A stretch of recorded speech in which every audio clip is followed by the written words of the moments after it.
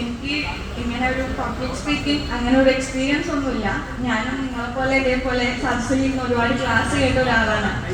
ഇപ്പൊ അവിടെ ഇരുന്നിടത്തുനിന്ന് ഈ ഒരു സദസ് ഈ സ്റ്റേജിൽ വന്നിരിക്കുമ്പോൾ ആ ഒരു ടൈമിൽ ഉണ്ടായിരുന്ന കുറച്ച് എക്സ്പീരിയൻസ് ചിലപ്പോൾ അതിനൊക്കെ ഉപകാരപ്പെടും.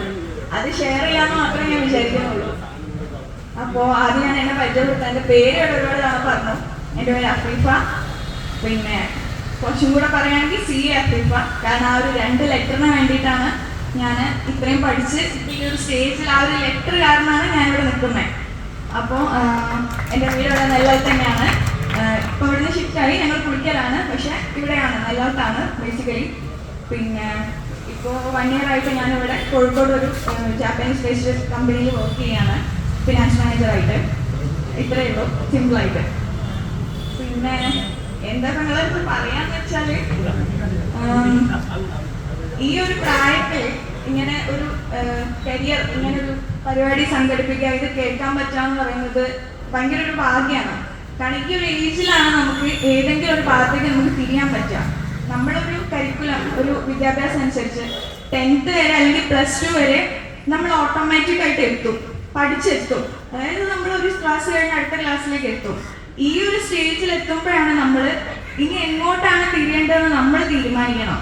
ഇവിടുന്ന് നമ്മൾ തിരിയുന്നതിനനുസരിച്ച് എന്തായാലും നമ്മളൊരു ഒരു കരിയർ, അതായത് ബേസ് സെറ്റ് ചെയ്യുന്ന ഒരു ഏജാണത്. അപ്പോൾ എൻ്റെ ഒരു എക്സ്പീരിയൻസിൽ പറയുകയാണെങ്കിൽ, ഞാൻ ഇതേപോലെ സുബ്രത പറഞ്ഞ പോലെ ഞാൻ ഫുൾ A+ വാങ്ങിച്ച ആളാണ്. പക്ഷെ എനിക്ക് സയൻസ് ഇഷ്ടമുണ്ടായിരുന്നില്ല. ആ ഒരു ഞാൻ പഠിക്കുന്ന സമയത്ത് ഫുൾ A+ കിട്ടിയ സയൻസ് എടുക്കണം, അങ്ങനെ ഒരു ഇതായിരുന്നു, ചിന്താഗതിയായിരുന്നു എല്ലാവർക്കും. അപ്പോൾ ഞാനിങ്ങനെ ഉപ്പാട് പറയും എനിക്ക് അത് വേണ്ട, അപ്പോൾ വേറൊരു സബ്ജക്റ്റ് എടുത്താൽ അതിൻ്റെ ഒരു ഭാവി നല്ലൊരു കോഴ്സ് എന്താണെന്ന് അറിയണം. അങ്ങനെ ആ ഒരു ഇതിലാണ്, അവിടെയാണ് എൻ്റെ തോട്ട്. എന്നെ സഹായിച്ച ഒരുപാട് പേരുണ്ട്. ഇപ്പം ഞാൻ പറയുന്ന സദസ്സിലൊക്കെ പറയുന്ന ഒരു പേരാണ് സുബൈർക്കൻ്റെ. ചിലപ്പം അവർ പോലും വിചാരിച്ചിട്ടുണ്ടാവില്ല ഞാൻ അങ്ങനെ ഒരു സ്പാർക്ക് എനിക്ക് അങ്ങനെ കിട്ടും എന്നുള്ളത്. ഇപ്പോൾ എൻ്റെ ഒരു കേസ് പറയുകയാണെങ്കിൽ, കൊമേഴ്സ്, ആ സമയത്ത് കൊമേഴ്സ്, ഹ്യൂമാനിറ്റീസ് എന്നൊക്കെ പറയുന്നത് അധികം പഠിക്കാത്ത കുട്ടികളെ എടുക്കുക എന്നുള്ളൊരു ചിന്താഗതി. ഇപ്പം അത് ഒരുപാട് മാറിയിട്ടുണ്ട്, പക്ഷെ ആ സമയത്ത് അത് അങ്ങനെയായിരുന്നു.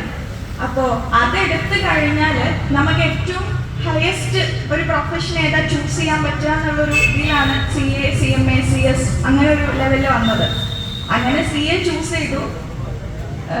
പിന്നെ ആ ഒരു ചൂസ് ചെയ്യുന്ന മൊമെൻ്റാണ് ശരിക്കും